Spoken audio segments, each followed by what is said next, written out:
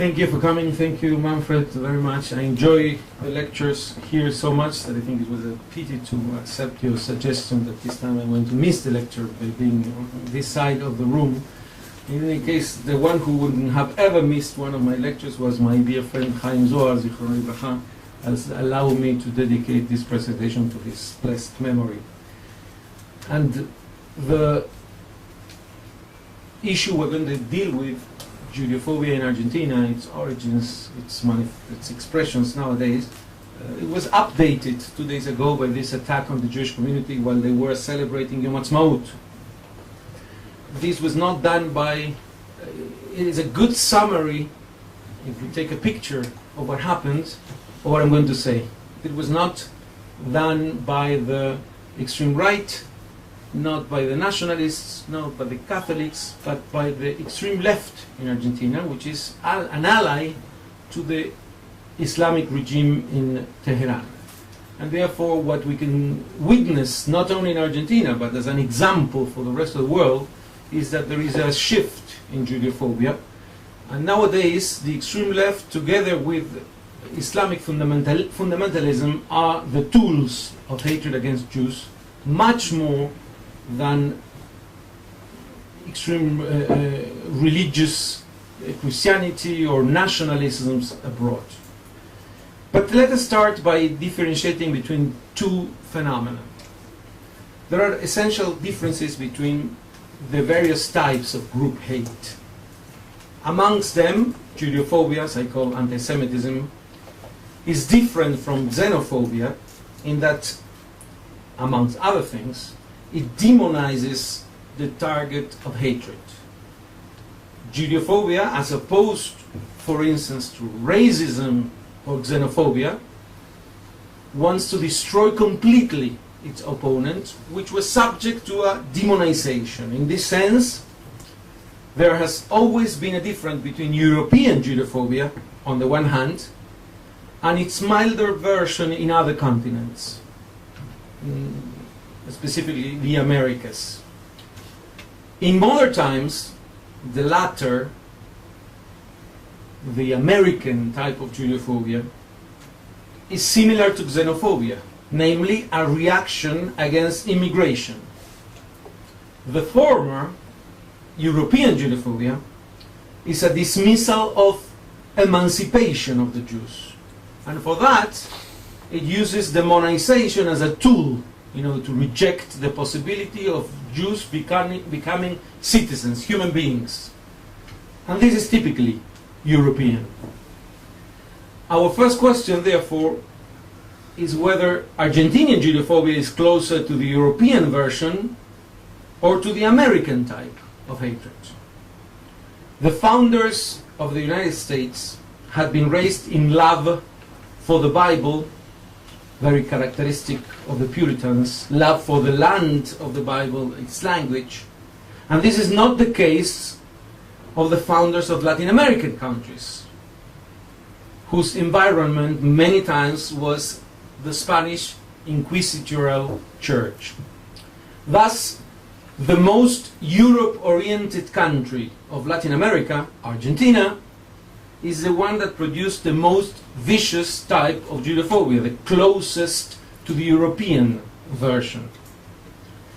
Yet, the feeling of understanding and compassion towards the Jews, frequently present in North America, has some parallels in the South. For instance, the regulation of October the 6th, 1881, in which President Julio Roca appointed a special agent to Europe whose task was to attract to Argentina the flux of Russian Jews escaping from the pogroms. In this way, the highest point of the liberal tendency that started with the 1810 revolution that led to independence prevailed. And it prevailed over the opposite tendency, which was clerical absolutist. That regulation, which I just mentioned, inviting the Jews to the country, and specifically the Jews, was the antithesis of another regulation 4 centuries earlier, through which the Catholic monarchs of Spain forbade the entrance of Jews to their colonies. From utterly forbidden, Jews were now singled out to become favorite guests. In that sense, we can see that judeophobia in Argentina could have been shaped in the American style, a mere rejection of immigrants. Thus it was at the beginning. For example, one of the most revered of Argentine presidents, Domingo Sarmiento, rejected in his newspaper called El Diario, I'm talking about 1888, he rejected the possibility of Jewish immigration. But on the basis of these people are foreigners, will always be foreigners, and this type of argument which we see in the milder type of judeophobia. But eventually, Argentinian judeophobia became similar to the European version. Vicious, dangerous, and more violent. The beginning of it was a piece of literature.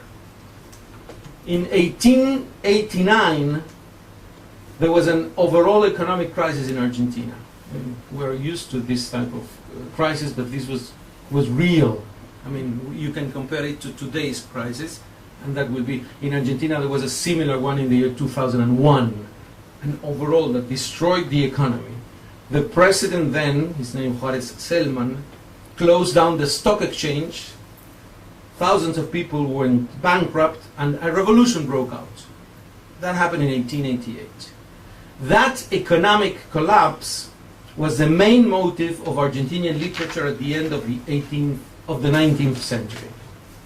A group of 10 novellas were written about what happened, and they are called El Ciclo de la Bolsa, the stock exchange cycle.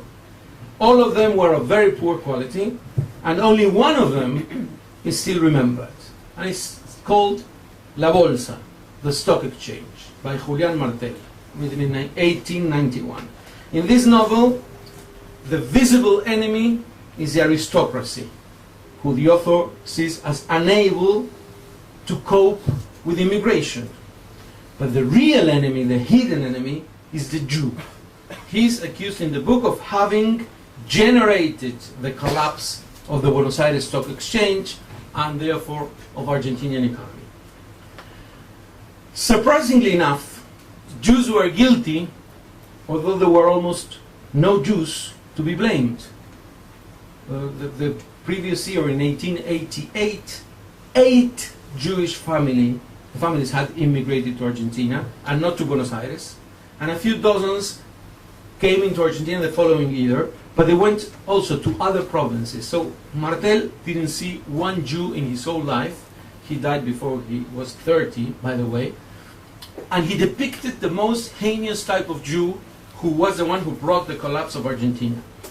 This novel, The Stock Exchange, appeared as a feuilleton in the still most prestigious newspaper of Argentina, La Nación, in the year 1891. And there he often quotes from Edouard Drummond, La France Juive. And that, to some extent, proves the fact that the vicious type of judeophobia is being imported from Europe. In spite of its mediocre quality, critics of all ages stressed its testimonial value and compared it to the work of Émile Zola, Honoré de Balzac. And that is why a main historian of Argentinian literature, his name is Sergio Bagú, stressed the following. La Bolsa, the stock exchange, should not be used in schools without reservations about its content. Otherwise, it would encourage not only literary bad taste, but also prejudices and hatred against national and religious minorities in our country. Its racist approach, unparalleled in our literature of those days, is enough to deny to it all attempt to represent our national literature. So here you have a condemnation of the not of the novella itself, but of the use of this book in order to teach Argentinians youth. But it was included in the curriculum of schools. It was compulsory reading for several generations of Argentinian kids. while knowing that this is not representative and this is not good literature.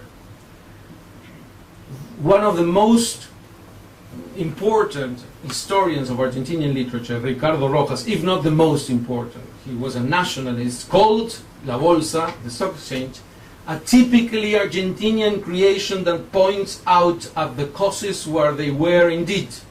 It should be read more frequently and give the name to a school. This is a subtle type of judeophobia, which consists of attacking Jews by means of glorifying judeophobes without mentioning the subject at all. Thus, apologies of Heidegger, Wagner, Ezra Pound, Celine, without the reservation about their political standpoint, allow the smuggling of judeophobia into the mainstream public opinion. The ultimate result of this is the legitimation of the crudest type of judeophobia. The first expressions of physical hostility against Jews in Argentina were part of the attacks against immigrants. And they took place when the most conservative sectors of Argentinian society identified as Russians both Jews and Russian revolutionaries that were immigrating to the country. What sparked off this reaction was the murder of the chief of police, who had just violently repressed a workers' demonstration in May the 1st, 1909. That year, Ramon Falcón, this chief of Argentinian police, was shot dead by Simon Radovitsky, a 17-year-old Jew who had just immigrated from Russia. He was an anarchist in Russia, he became an anarchist in Argentina, and therefore he was a Russian in every single sense of the word. A Jew, a revolutionary, and a Russian. Radovitsky was completely, totally alienated from the Jewish community. But the Jewish organized community made every single effort in order to show that it was completely blameless for this murder. I many times bring my students in Argentina to the most aristocratic cemetery, which is called Recoleta, and there you can see the tombstone of Ramon Falcón, a very big monument, and there is a picture of it which I took in the internet, and you can find it. And there you can see the only Magen David and Menorah and Hebrew letters in the whole of this aristocratic, very Catholic cemetery. Because the Jewish community came with honors and after honors to this chief of police in order to show we didn't have anything to do with the murder. Mr. Radovitsky didn't have anything to do with us. And we bring us these different plaques in order to pay homage to our chief of police. But to no avail, as I said before, because there was a physical aggression against Jews on May 15, 1910, a few years later. And then a full pogrom broke out in the framework of what was called the Tragic Week of 1919, that started as a repression of a workers' strike. Several fascist groups were created in that time, the Patriotic League and others, which you could mention, but the result of this tragic week was 800 people killed, 1/4 of them Jews, and 4,000 people injured. When Nazism raised in Europe, judeophobia everywhere went much worse, in publications, in Germanophile groups, in nationalists, especially after the military coup of 1930, which was of a nationalist, fascist-like type. And the secretary of the president of those times, Mr. Uriburu, his name was Molina, founded a group which specifically attacked Jews and warned about the danger of Jewish presence in those times. There was a Catholic newspaper who joined these calls of alert for Argentinians to reject the Jews. Then there was the first publication of the Protocols of Elders of Zion. And the person who became the most important novelist of Argentina, his pseudonym, Hugo Wast, He was first the general director of the National Library. He became the Minister of Education of the country. And he was an open Judeophobe who published his novels in the year 1935. Once again, Nazism was in power in Europe, and he published this novel warning about the Jewish domination of the country. It was the same year in which Daya, the group, the political group in order to defend Jews or represent them in front of the Argentinian government, was created. These groups didn't stop after war, and one of their results was a specific group that during the 60s called Tacuara would kidnap, kill, torture Jews, led by two priests, Alberto Escurra and Julio Mendil, together with a representative of the Arab League in the country, Hussein Triki. The danger side of these groups was not so much due to their type of violent speeches, but due to the fact that they were very close to power, because they were supported by the main Argentinian political party, which was a Peronist party in those years. And Tacuara saw itself as a part of the Peronist party. In the year 1971, an imitation of the protocols was published in Argentina, written by an economics professor at the University of Buenos Aires, named Walter Beberaggi Allende, who spread the news of what was called the Andinia Secret Plan.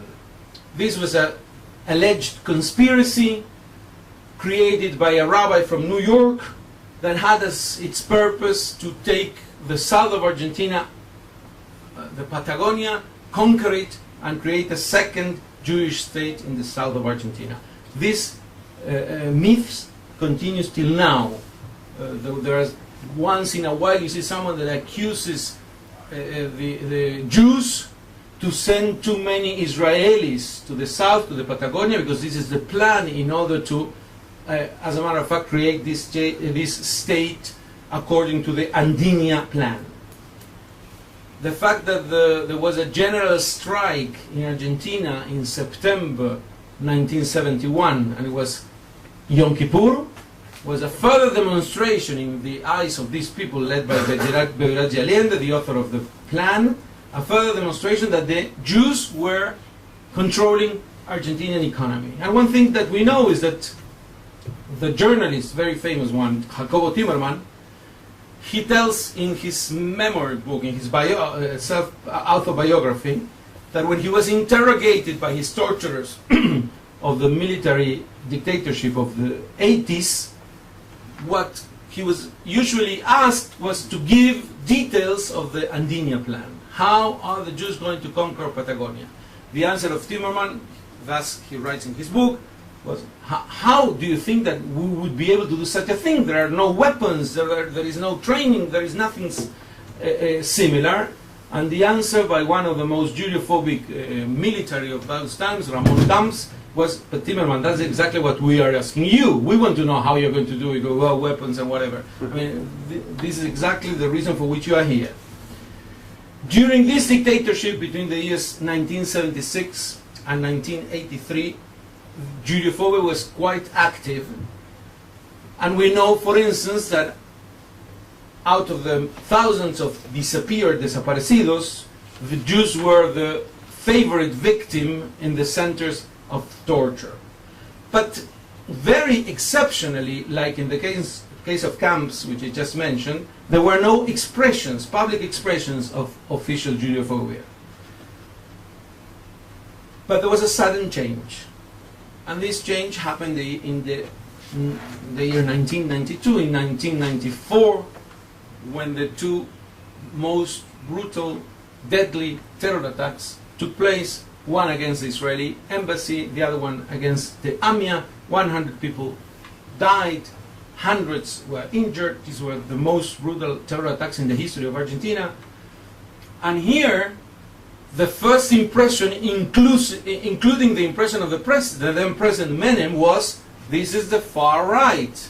He even mentioned who would be behind these attacks. Because the Argentinian judeophobia, as every single judeophobia, was usually a tool of the hand right, what did it say? Right, of the political right, extreme right, the far right, in order to create panic about Jewish domination whatsoever. Many times I wrote about why necessarily so the extreme right, which is nationalist, xenophobic against immigrants, at some point becomes judophobic. There is no extreme right without judeophobia. There could be one exception, but usually they come together. The question is why? And the answer basically is because, first of all, the attack is on the immigrant.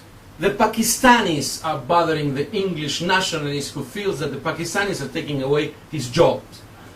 But at some point, someone convinces him, this nationalist, or he himself has an inspiration, that who is behind this invasion of immigrants? There must be someone who's controlling everything and allowing these foreigners to occupy the country. And when he envisions this type of phenomenon, he feels upgraded. Now he's not fighting against the poor Pakistani who's sleeping in the street. Now he's fighting against a cosmological, cosmic power that has been there for 1,000 years, and he feels that this battle is much more important. He feels himself much more important. And then judeophobia represents for the extreme right an upgrading. But this was the impression of getting into the climax of judeophobic attacks. And as a matter of fact, the attacks of the 1990s were of another type. This was a new beginning. Judeophobia started to shift, to change.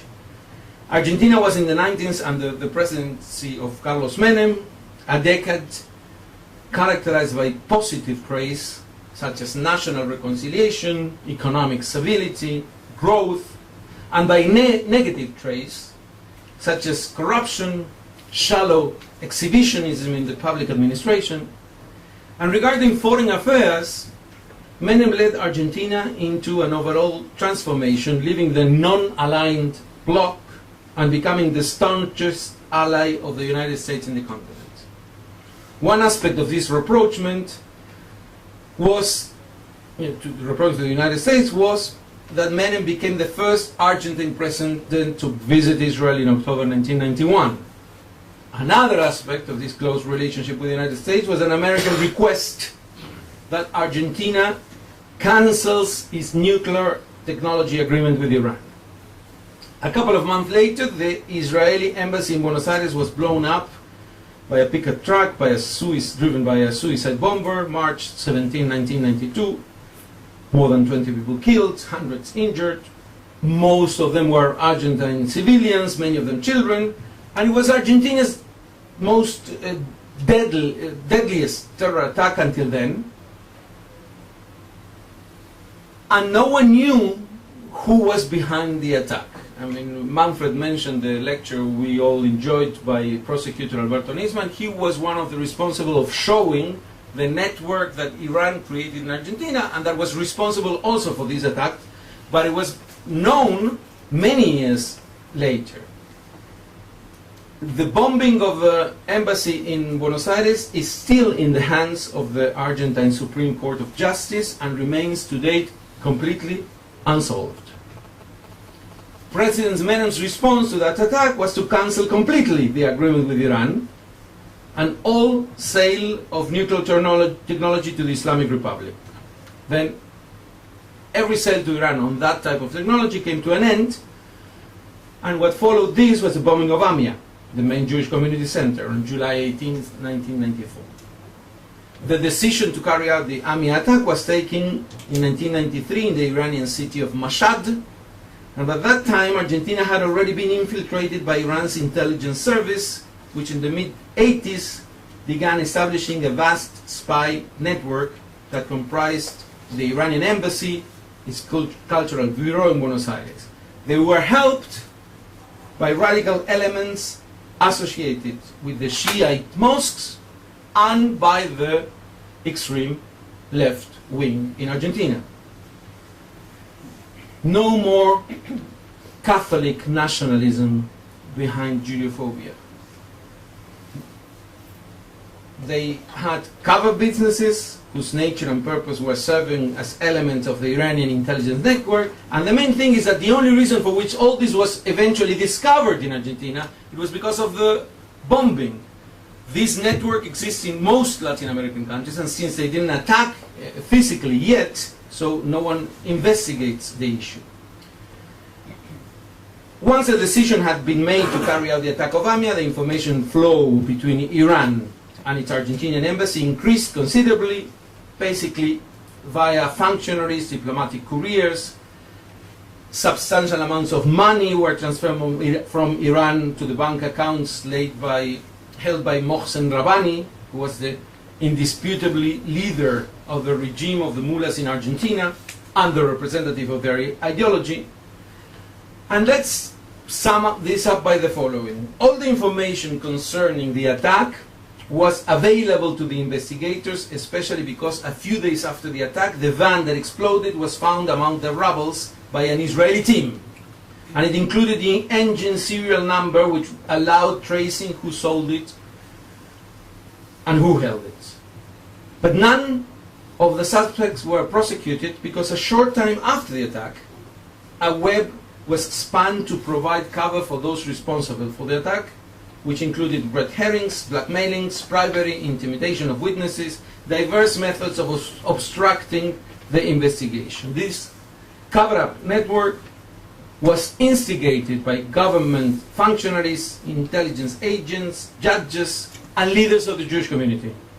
It would have succeeded had it not been for the Herculean work of Alberto Nisman, who in 1997 was nominated to be a state prosecutor of the AMIA case, with intention of being a rubber stamp for this network of falsifications.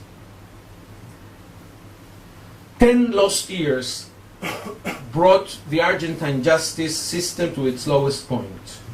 And they were marred by such incompetence that former President Nestor Kirchner called the unresolved investigations our national disgrace. In July 2005, his government issued a decree formally accepting a share of the blame for the failure of investigations into the attack. After Argentina admitted its role in the cover-up, this professional team led by Nisman was entrusted by the new judge to lead the investigation. And in 2006, Argentina formally charged Iran and Hezbollah with the bombing, accusing the Iranian authorities of the way it perpetrated it, and people started calling the new investigation AMIA 2 in order to differentiate it from the shameful AMIA 1. One word about the Jewish leaders. The aloof position taken by Jewish leaders vis-à-vis Nisman's investigation and achievements deserves a few words. In 2003, during the public trial, a major breakthrough took place when the secrecy of the Argentine intelligence agents was removed by presidential order. This authorization enabled the public to view the undistorted version of what had really happened. The Jewish political representative body, Taya, rather than applauding the measure, questioned it with the argument that it would affect national security. In the year 2007, the appellate court confirmed the acquittal of the policeman who had been misleadingly charged with participation in the terror attack. The Jewish leaders protested the decision. Had their protest been accepted, the investigation would have continued to focus on falsely charged victims of the cover-up. During the first week of December 2007, Judge Lijo announced the completion of the investigation of the cover-up and requested the opinion of the parties involved.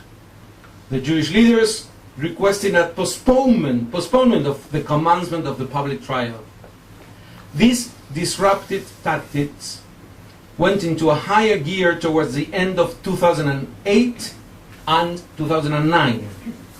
On November 27, 2008, the leaders of the AMIA issued a communique in which they demanded, quote, that prosecutor Alberto Nisman produce much more proof regarding the local connection, restore sanity, and reinstate the validity of evidence, end quote.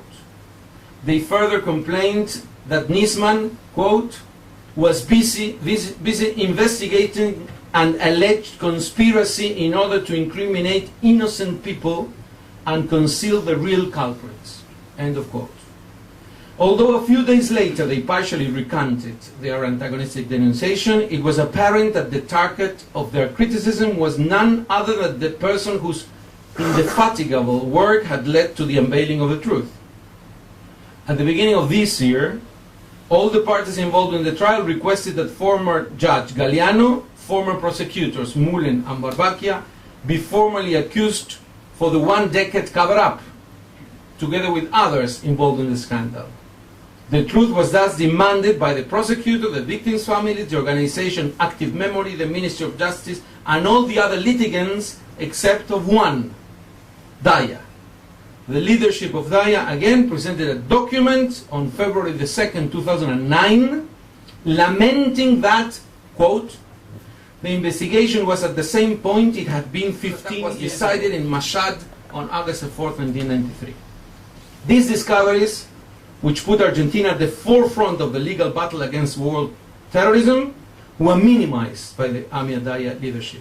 Their 60-page report includes a mere one sentence on page 49, where, quote, it must be admitted that in the international aspect there were meaningful achievements, end quote. Their wording is revealing. One might wonder why it must be admitted, as if it were painful, instead of celebrating those achievements. The report claims it is, quote, annoying that it is assumed that the terror attack was exclusively perpetrated by foreign people, end quote, and therefore it insists on the need to find the local connection. Paradoxically, after Iranians' involvement in the worst terror attacks in the history of Latin America, the Islamic Republic penetration in the continent is at its height, thanks to the unconditional support of the Venezuelan government. Venezuela and Cuba were, alongside Syria, the only three countries that supported Iran's nuclear program in a February 2006 vote at the United Nations International Atomic Energy Agency. The shift to the left in many important Latin American countries in the first decade of the new millennium has allowed Iran to be more successful in its attempt to improve relations with several countries. Since Ahmadinejad has ascended to power, he has made 3 diplomatic tours to Latin America in search of an alliance of revolutionary countries. He visited Venezuela in 2006, Venezuela, Nicaragua, and Ecuador in 2007, Venezuela and Bolivia in September 2007. He has hosted President Chavez of Venezuela many times, President Ortega of Nicaragua, Morales of Bolivia, Correa of Ecuador, and his expected visit to Brazil's Lula da Silva in 2009 was cancelled at the very last moment. During the International Conference on Latin America held in Tehran in February 2007, Iran's Foreign Minister Mustafavi announced the opening of embassies in Chile, Colombia, Ecuador, Nicaragua, and Uruguay, and a representative office in Bolivia. And that a number of Latin American countries would open embassies in Iran. According to Iranian sources during the meeting, despite Argentine President Nestor Kirchner's interest in discussing bilateral economic ties, Iran refused to meet them until, quote, Buenos Aires formally apologizes to Tehran for falsely charging Iranian diplomats with involvement in the bombing of AMIA Jewish Community Center in 1994, end quote.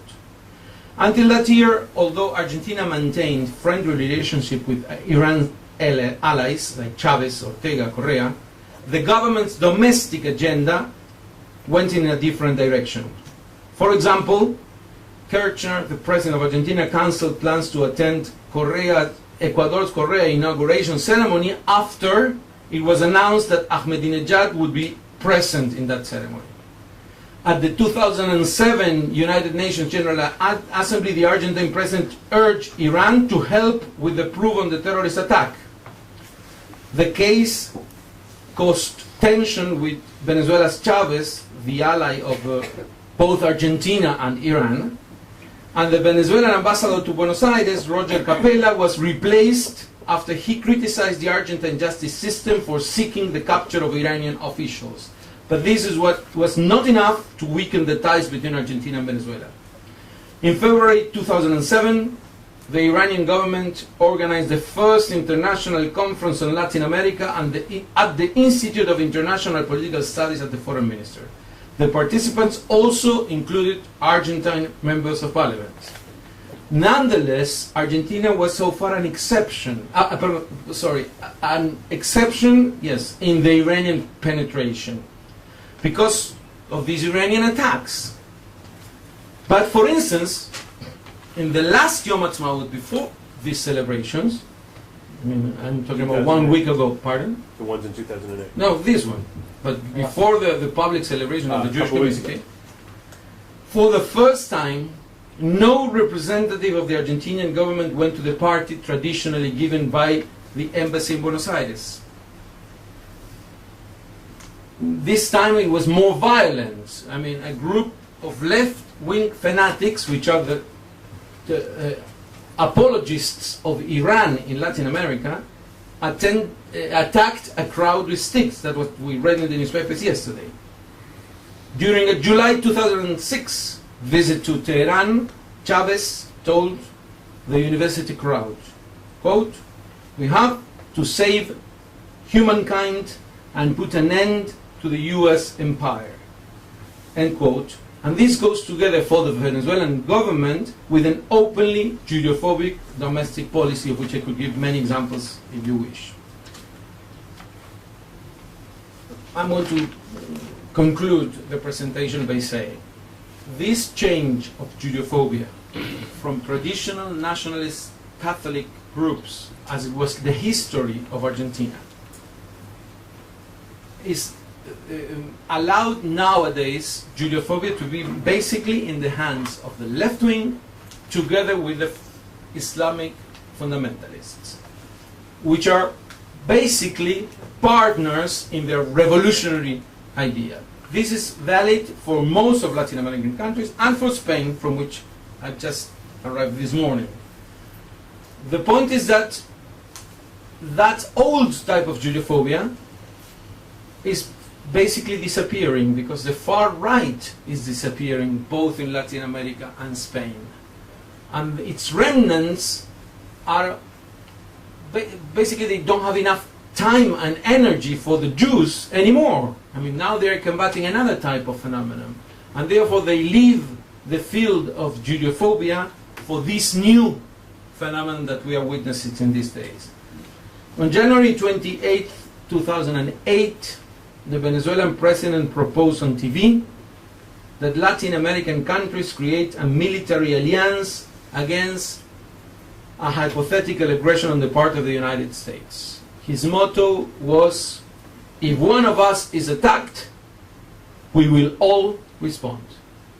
Curiously enough, oddly enough, one of us was already brutally attacked, but he was attacked precisely by Venezuela's staunch ally, the Iranian Republic. And the point is that Argentina is now at the crossroad of trying to find itself either together with the left wing led by Chavez, and therefore to become an ally of the country that perpetrated these attacks, which would mean the end of the investigation by Nisman and the end of the prosecution of the perpetrators, or to find its way in together with the Western democracies that are against Iran. But in that case, it would lose its traditional alliance with Venezuela and other Latin American countries, and therefore the situation is extremely difficult. What we can see, and these days are crucial for that, is that judeophobia became physical. And now this attack on the Jewish community with sticks by Quebracho, this far left wing, has to get some type of response from the Argentinian government. I mean, 5 of them were caught. But what type of political response will this have? That is a question to be answered in the next months, and that will express where Argentina sees itself in the overall fight against judeophobia. Thank you. I stop here, and if you think there's room for debate, I'll be happy. Questions? Yes? Time was fine. Pardon? Yes. Who? Dr. Sebastian. Yes. Yeah, Dr. Sebastian. So it's strange to speak with you in Spanish rather in our Mamelusian, but In Yiddish. yeah, of course. You ignore in your presentation that the Syrian and Hezbollah involvement, in fact, very important Argentinian journalist and in political figures stress that the Syrian involvement is much more important than the Iranian. In the terror attacks? Of course, yes, in the 2 terrorist attacks. Not all of the Argentinian public figures accept the Iranian what they call hypothesis, because they ignore the proof that prosecutor Alberto Nisman. So what do you think about it? And the second question is, do you think that anti-Semitism or judeophobia in Argentina presents a real threat to Argentinian Jewry? Well, I start by the second one. It depends on how close they are to the government. It doesn't depend on what they do or they say, but how close they are to power, as I said before with the Tacuara groups. And that the government has to decide. For instance, the leader of the Mothers of Plaza de Mayo, Eve de Bonafini, is openly anti-Jewish.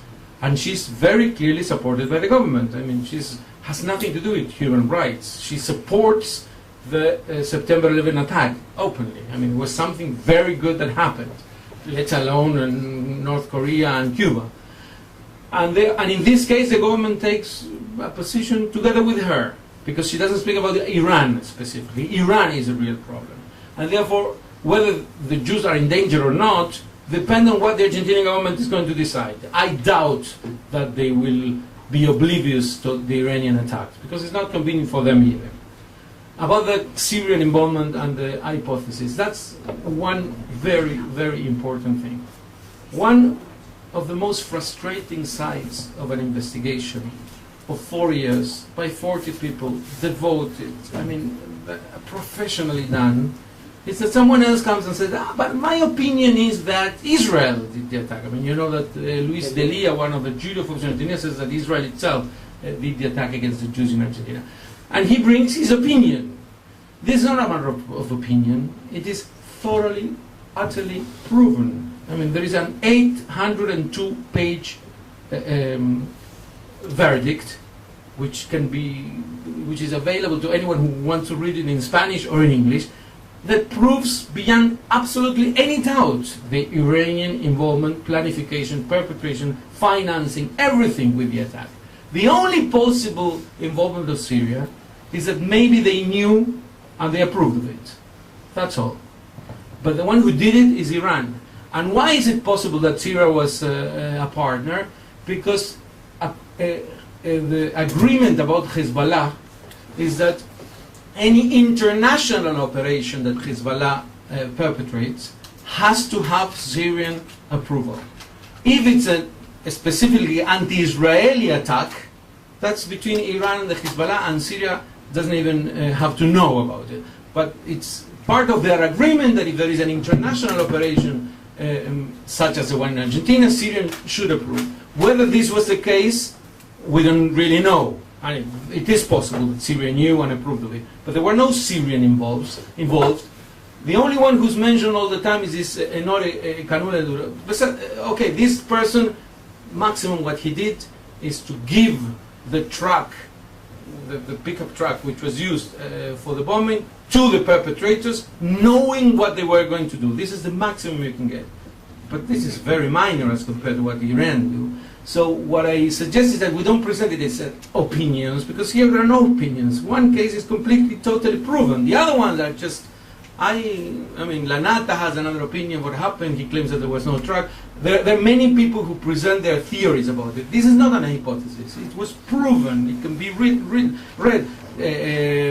Travels exactly the same day. The phone calls made by the telephones that they had, money flow from the accounts of the representative of Iran that went to buy exactly this pickup. Everything matches, absolutely everything. It was not just one detail. There are many, many details together. My book is about that. I mean, shows how all the details and that the opinion has something to do with an investigation. That is the answer about Syria.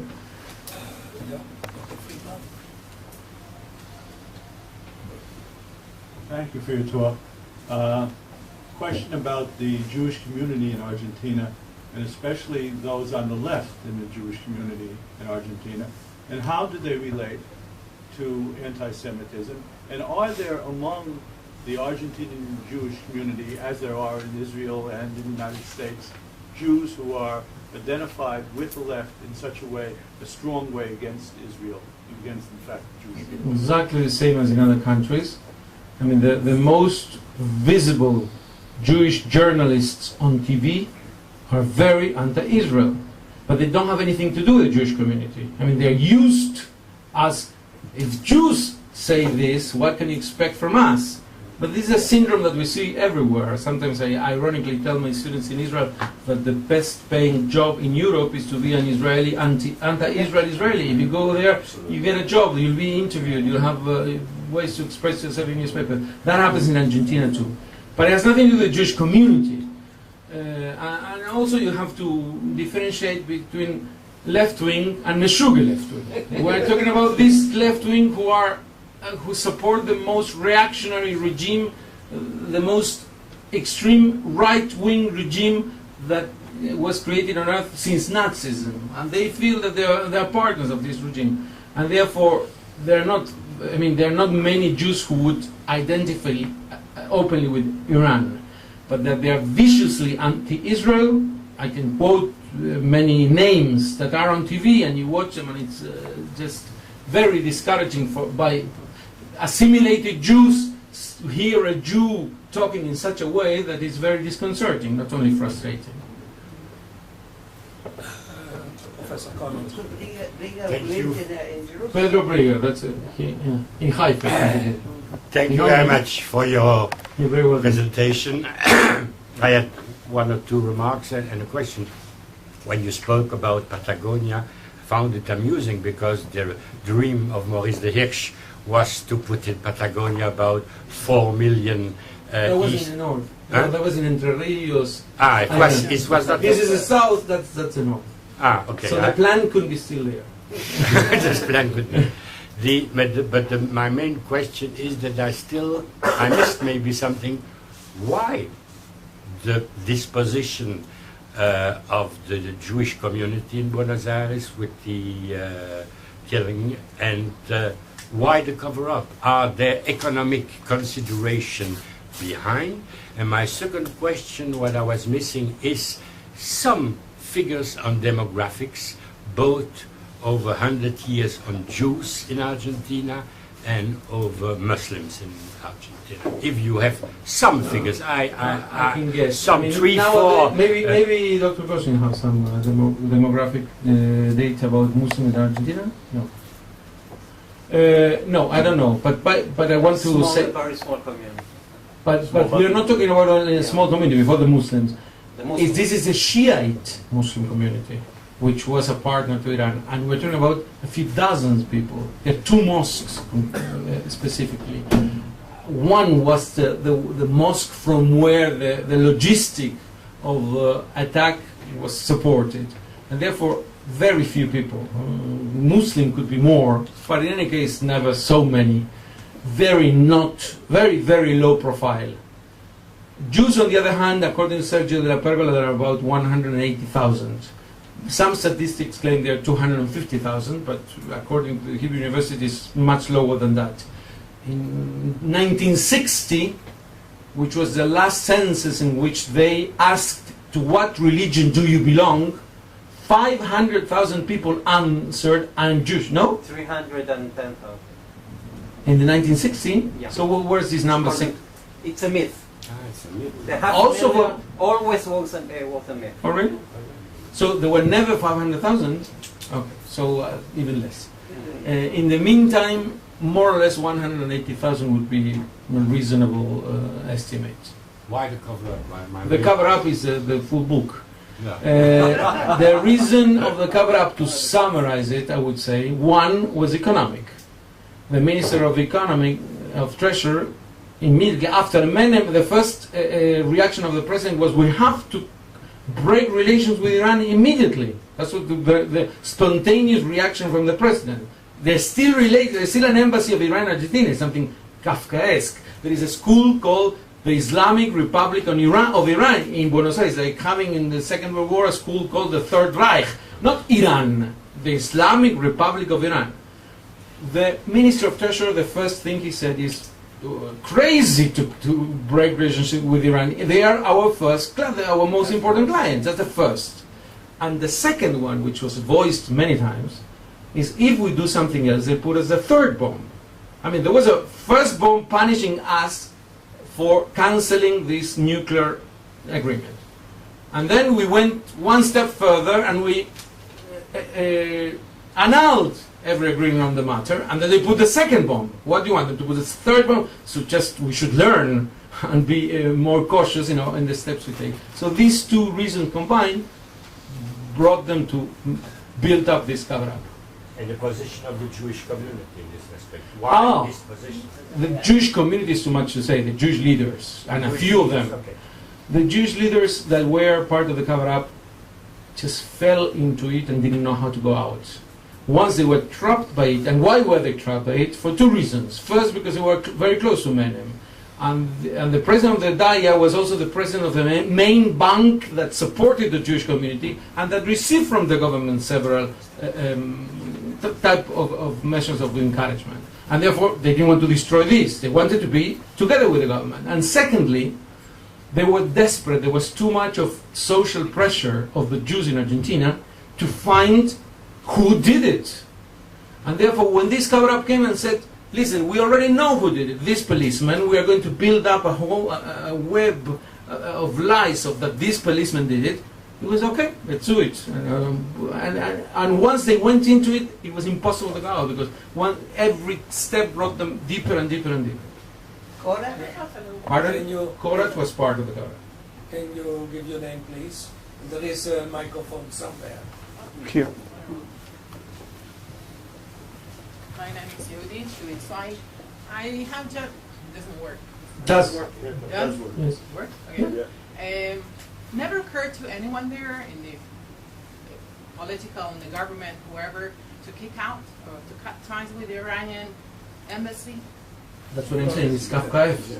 No, it occurs to people, but they prefer not to do it because it can damage Argentina, both in its security and secondly in its economy. There is no But there's ambassador. no lobby there? There is no ambassador, there is a chargé d'affaires, but this chargé d'affaires, Baharaband, speaks all the time and saying that the Argentinian judges are corrupted, and how do they are accusing Iran, something that wouldn't be tolerated of another country. I mean, he comes and accuses the Argentine judicial system of attacking Iran because of its corruption and its misleading the world. So there's no ambassador, and probably there won't be, but there is a chargé d'affaires, which is a lot. I mean, he appears on TV and he complains and everything. Why? I told you why. Because of the economic relation with Iran. Iran is a power. And secondly, because they fear. What are they going to do if we finally confront them? I have an impression that there's not a strong Jewish lobby there, or whoever is lobbying, to condemn certain attitudes there. For example, Luis Delia opens his mouth and But you heard what the Jewish leaders did. Not only they didn't condemn, they obstructed the investigation. So what can you expect? I mean, not only they are not pushing for this investigation to go further, they are trying to obstaculize it. Why? Because they feel that if it's going to be the truth, only the truth and nothing but the truth, many of them are going to be shown as partners of this cover-up, which is true.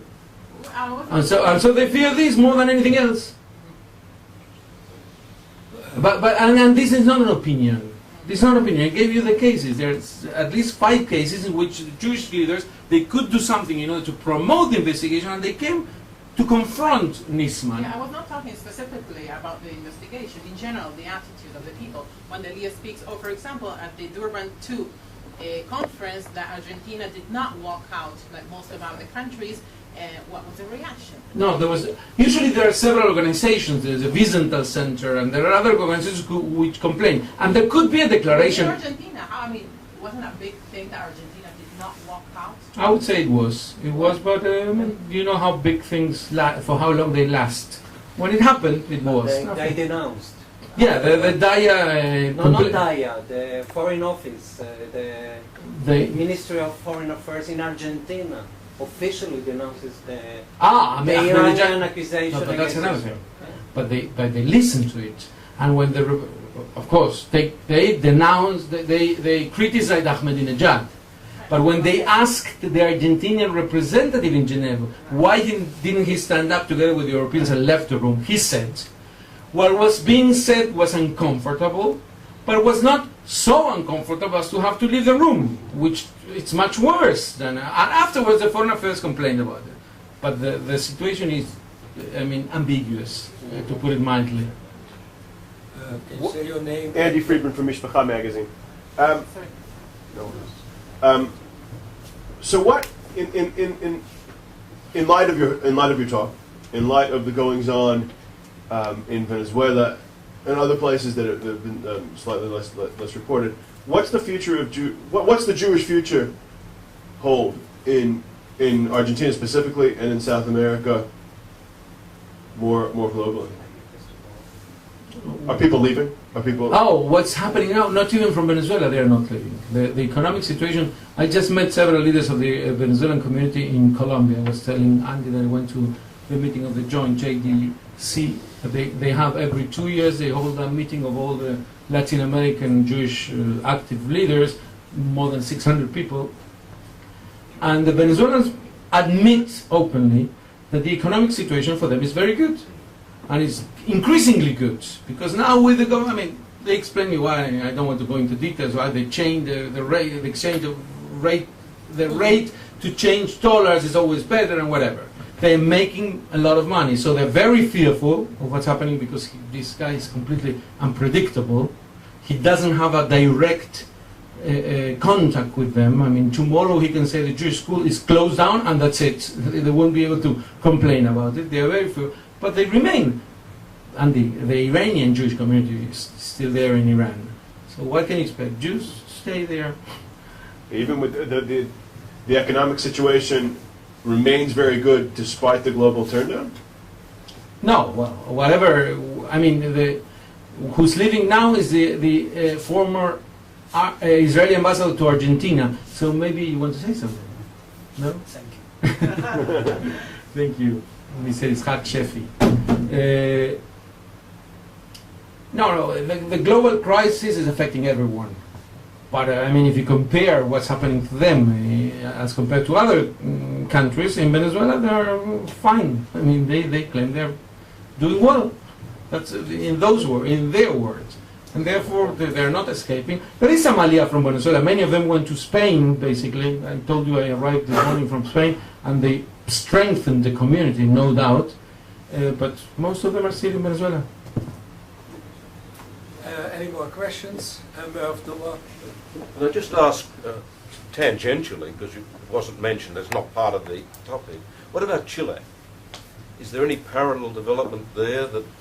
First of all, the government in Chile is very stable. Is the stablest economy in Latin America, that admitted by everyone, and it's built up not on left-wing Ethiopians, although the government is social democrat nowadays.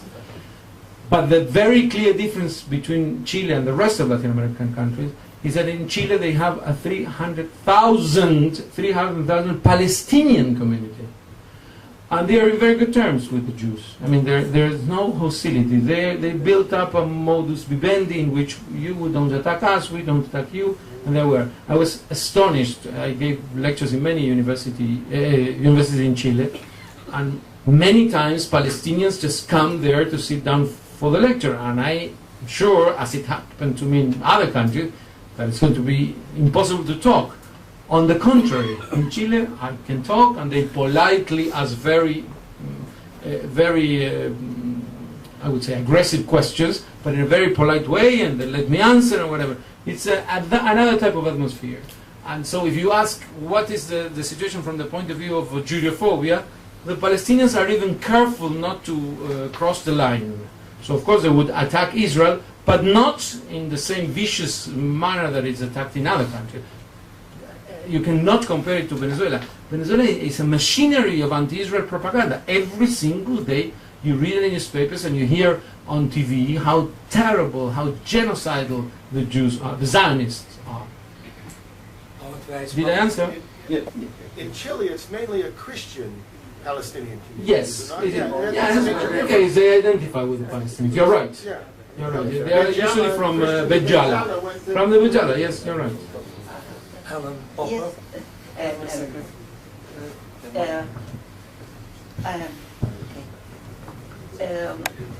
I wanted to ask whether the government in Chile has anything to do for the favorable position where Palestinians and Jews can live together, whereas in Argentina we have quebracho and so on. Is it the government that allows one or favors one position or the other? No, the government doesn't get involved in it. I mean, the government sees that the relationship are quite peaceful and it's very happy about it. I mean, the Jewish community is also very active, but it tries to keep a low profile in order not, to the outside world, in order not to get into confrontations with the Palestinian community.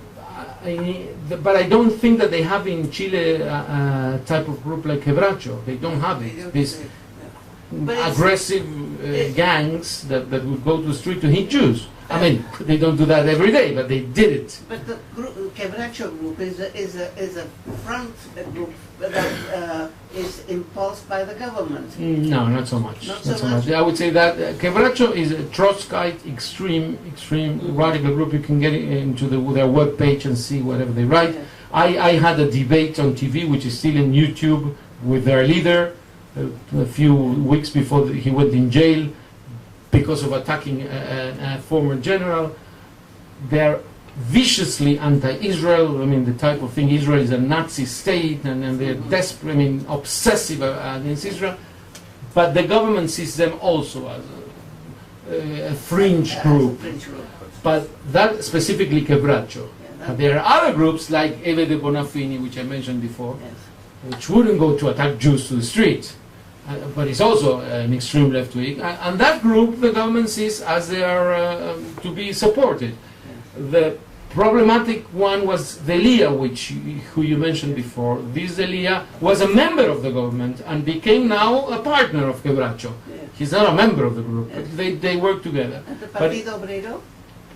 Partido Obrero is not like quebracho because it's more kind of focused on Argentinian issues. But they are viciously anti-Israel. And by the way, I think that the head of them is also one of these crazy Jews, although he changed his name. Altamira. Altamira. He was born a Jew.